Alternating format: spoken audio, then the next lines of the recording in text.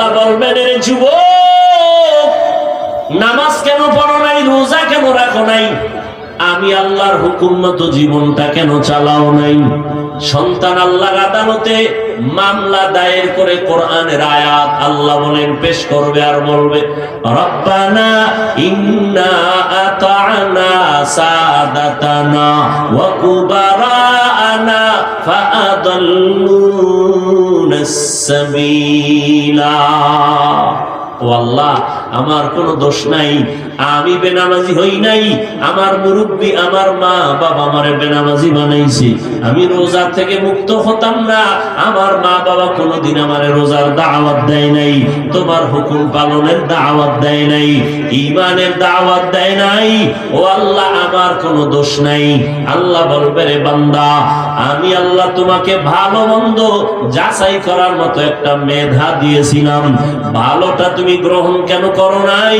তোমার বিবেকের বিচার করা হবে। তখন সন্তান বলবে, আল্লাহ, আমি যেই মা বাবার অবহেলার কারণে তোমার জাহান্নামের আসামি হয়ে গেলাম, আমার একটু আবদার আছে, রব্বানা আতিহিম যিফাইনি মিনাল আযাব ওয়ালআনহুম লা'নান কাবীরা।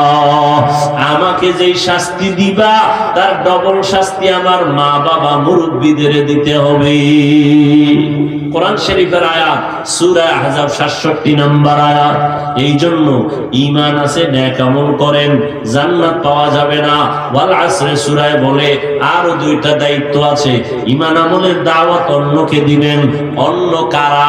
বলে প্রথম আপনার হলো আহাল, আহালকে দাওয়াত দিবেন, নিজেও নামাজ পড়বেন, সন্তানকে দাওয়াত দিবেন। কখন? সন্তানের যখন 7 বছর বয়স হবে তখন সন্তানের নামাজের দাওয়াত দিবেন। কয় বছর? হ্যাঁ, বুড়া মানুষ, হাজি সাহেব, সন্তানের দাওয়াত নাই। কিও হাজি সাহেব, সন্তান নামাজ পড়েনি, না বয়স হয় নাই, বিয়ে শাদী, একটা নাতিন আছে, নাতিন, এখনো নামাজের বয়স হয় নাই। ইচ্ছা করে জাহান্নাম মাথায় নিয়ে কবরে যাইতেছেন। মুহাম্মদ রহমতের নবী বলেন, 7 বছরের সন্তানের দাওয়াত দাও নামাজের মুসাল্লায়। 10 বছর যখন হবে তখন তুমি একটু কঠোর অবস্থানে দাওয়াত দাও। নামাজ না পড়লে যদি একটু শাসনের প্রয়োজন হয় শাসন করো, তবে সাবধান, শাসন করতে গিয়া চেহারায় আঘাত করবা না। শাসন করতে গিয়া যেন শোষণ না হয়, জুলুম না হয়, চেহারায় যেন আঘাত না পড়ে। চেহারায় আঘাত করা হারাম। স্ত্রীকে স্বামী প্রয়োজন হলে শাসন করবে, চেহারায় আঘাত করা যাবে না, হারাম। ছাত্রকে শিক্ষক শাসন করবে, শোষণ না, প্রয়োজন হলে। কিন্তু খবরদার, চেহারায় আঘাত করা যাবে না, চেহারায় আঘাত করা হারাম। আর আমরা আঘাতটা শুরুতেই করি চেহারার উপরে, শুরুতেই চেহারার উপরে। না, আল্লাহ হারাম করে দিয়েছেন, কারণ চেহারাটা আল্লাহ খুব মোহব্বত করে বানাইছেন।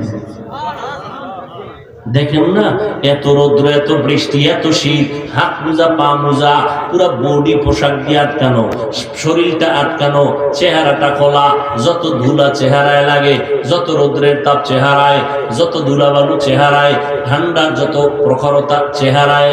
কিন্তু দেখছেন নি, হাত পা আটকায় দিলেন পোশাক দিয়া, গোসলখানায় গেলে দেখবেন পোশাকটা খুলে ফেলবেন।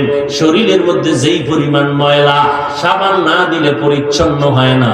আর যেই চেহারায় এত ধুলা বালু লাগলো, রোদের তাপ লাগলো, একটু সাবান লাগবে না, হালকা পানি দাও, চেহারা পুরো বডির থেকে আলাদা সুন্দর। কে বানাইছে? কাদের কুদরত দারি বরকামাল, আনতা রব্বি আনতা হাসবি যুল জালাল, তুহি কাদের জলিলুল্লাহ জাহাদার, বহর হালে তুহি মেরা নিগাহদার। 7 বছর বয়সে সন্তানের দাওয়াত দাও, 10 বছর যখন হবে তখন হালকা প্রহার করো, কঠোরতা অবলম্বন করো, কারণ সন্তান কিয়ামতের দিন মা বাবার বিরুদ্ধে আল্লাহর আদালতে মামলা দায়ের করবে। ও যুবক, কয়দিন আর বাহাদুরি করবা? আল্লাহ পাক রব্বুল আলামিন জমিনের মধ্যে পাঠাইছেন, সিরিয়াল কিন্তু দেন না কে কোন দিন মরে যাইবা।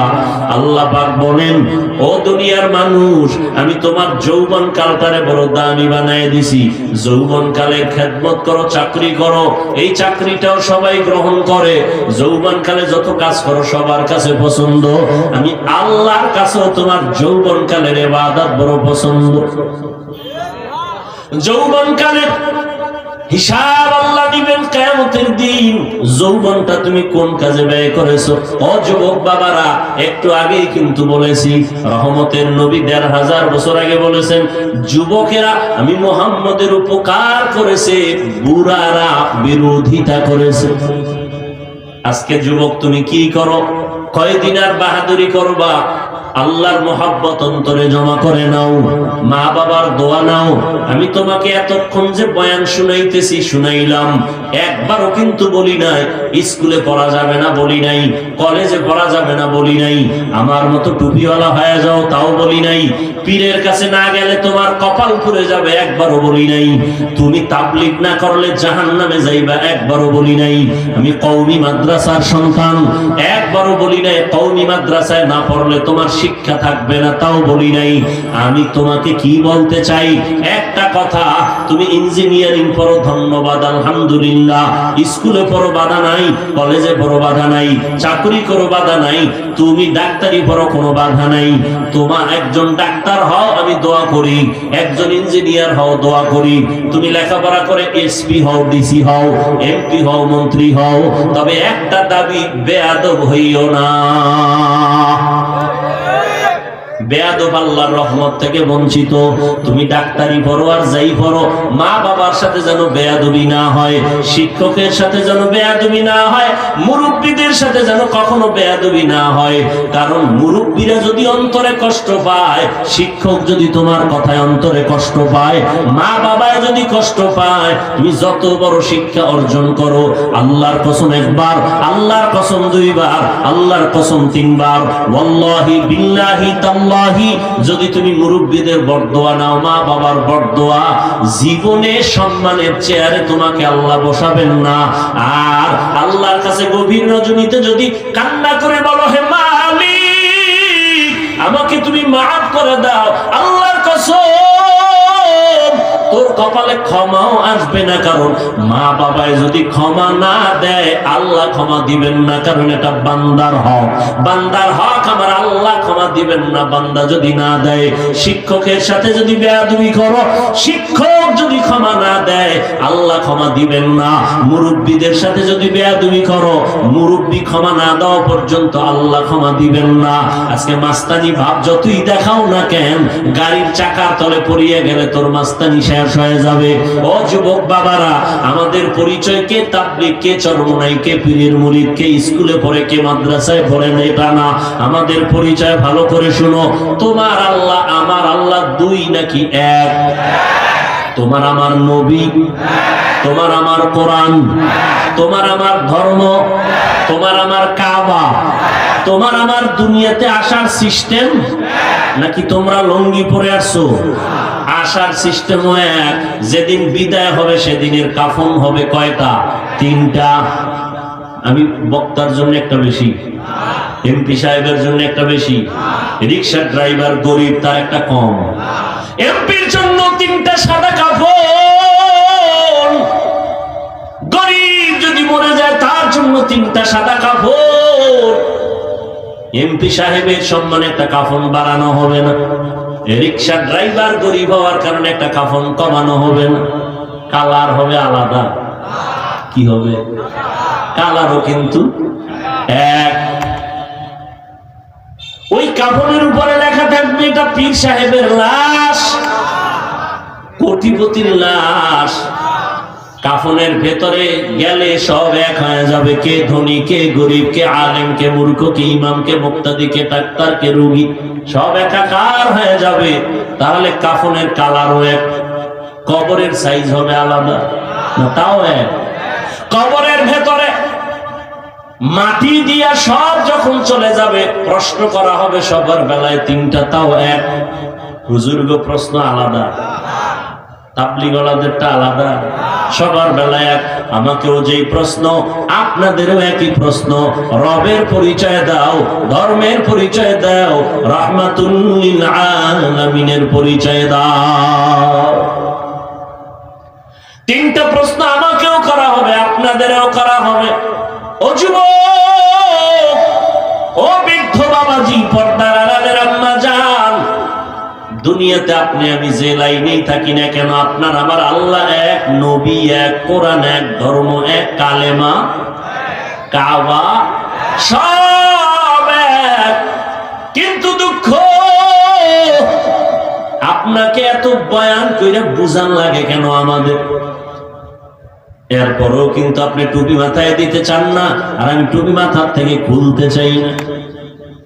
আপনার দাড়ি রাখতে লজ্জা হয়, আমার কাটতে লজ্জা হয়। আপনি ভিআইপি মুসলমান, আপনি মসজিদে ঢুকতে লজ্জা পান, আর আমি মসজিদে না ঢুকলে লজ্জা পাই। আপনি কেমন মুসলমান?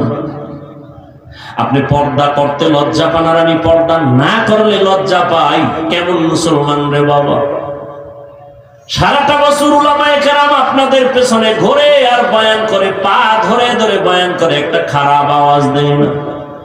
বিনয়ের সাথে বয়ান করে, আবার রাতের বেলা দোয়া করে, আল্লাহ হেদায়েত সবাইকে দিয়ে দাও। মোনাজাতে কেউ কারো জন্য আলাদা দোয়া করে না, সবার জন্য হেদায়েতের দোয়া করে। আমিও মুসলমান, আপনিও মুসলমান, আমার আল্লাহ আপনার আল্লাহ এক, আমার নবী আপনার নবী এক, আমার ধর্ম আপনার ধর্ম এক। তারপরও কেন আপনার লেবাস পোশাক আলাদা? আপনি কেন নামাজ পড়েন না? আপনি কেন পর্দা করেন না? আপনি কেন হালাল ভাবে চলেন না? তাহলে বলেন, আসলে কি কোরআনটা একটু মিথ্যা?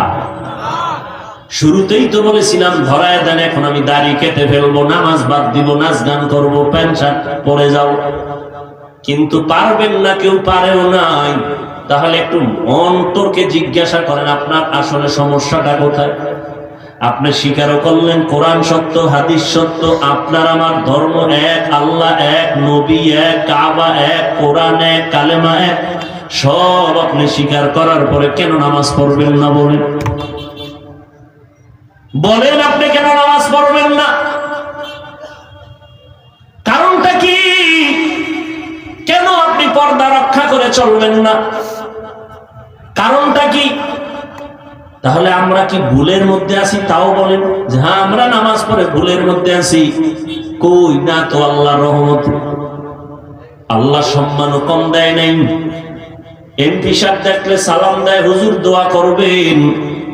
মন্ত্রী মহোদয় দেখলে সালাম দেয় আর কয় হুজুর দোয়া করবেন। চেয়ারম্যান সাহেবের চেয়ারের মেয়াদ আছে, এমপি সাহেবের চেয়ারের মেয়াদ আছে, কোরআনওয়ালার চেয়ারের কোনো মেয়াদ নাই। সম্মানকে দিয়েছেন আল্লাহ তাআলা, দান করেছেন। এইবার আপনাদের অন্তরে একটু প্রশ্ন আসতে পারে, হাফিজ ভাই কথাগুলো সুন্দরই শুনলাম, কিন্তু আপনাদের মতো কি হওয়া সম্ভব? আমি আপনাকে ডাইরেক্ট বলে দিলাম, আমার মতো আমাদের মতো হওয়া আপনার লাগবে না। আমি একটু আগেও কিন্তু বলেছি, স্কুলে পড়ো, কলেজে পড়ো, চাকরি করো, ব্যবসা করো। তোমাকে বলি না মাদ্রাসায় আসো, তাবলীগে যাও, একবারও বলি না ওখানেই থাকো, চাকরি করো, ব্যবসা করো। তুমি স্কুলে পড়ো, বাধা নেই। ওখানে থাইকা তুমি শুধু আল্লাহর মহব্বত নিয়ে চলো, জবানকে কন্ট্রোল করো, 5 বেলার নামাজ পড়ো, মা বাবার দোয়া নিয়ে চলো, ওস্তাদ শিক্ষকের দোয়া নিয়ে চলো, বেয়াদবি করবা না। তোমার মতো বহু যুবক জীবনে মাদ্রাসায় পড়ে নাই, র্যাব, আর্মি, পুলিশ, বিডিআর এর চাকরি করে, 5 বেলার নামাজ পড়ে নাই। সত্য কথা বলে, সে যদি পারে তুমি কেন পারবা না রে যুবক বাবা? তোমার মতো যুবক রাস্তায় গাড়ি চালায়, আজান হয়ে গেল, নামাজের মধ্যে দাঁড়ায় গেছে, গাড়ি বন্ধ করে দিয়েছে, তুমি কেন পারবা না? ও পাবনার যুবক, তোমার মতো সন্তান নদীর মধ্যে মাছ ধরিয়াও নামাজ ছাড়ে না, বলো বাবা তুমি কেন নামাজ পড়তে পারবা না? তোমার মতো ছাত্র স্কুল কলেজে পড়ে নামাজ বাদ দেয় না, নাই? বলো বাবা তুমি কেন নামাজ পড়তে পারো না? তোমার মতো সন্তান ময়দানে কৃষি কাজ করে নামাজ ছাড়ে না, তুমি কেন পারবা না? আল্লাহর কোরআনটা মিথ্যা মনে করিও না। ও যুবক, আমিও তো টুপি মাথায় দেই, তুমি তো যুক্তি দিয়া বৈশা রইছো টুপি দিলে মাথা গরম হয়ে যায়। কই, আমরা টুপি মাথায় দিয়ে তো গরম মেজাজ কইরা কোনো কোরআনের উল্টা কথা বলি নাই। টুপি মাথায় দিলে মাথা গরম হয় তুমি বুঝছো, আমি বুঝি নাই। ব্যাপারটা এমন না, পাগল হই নাই।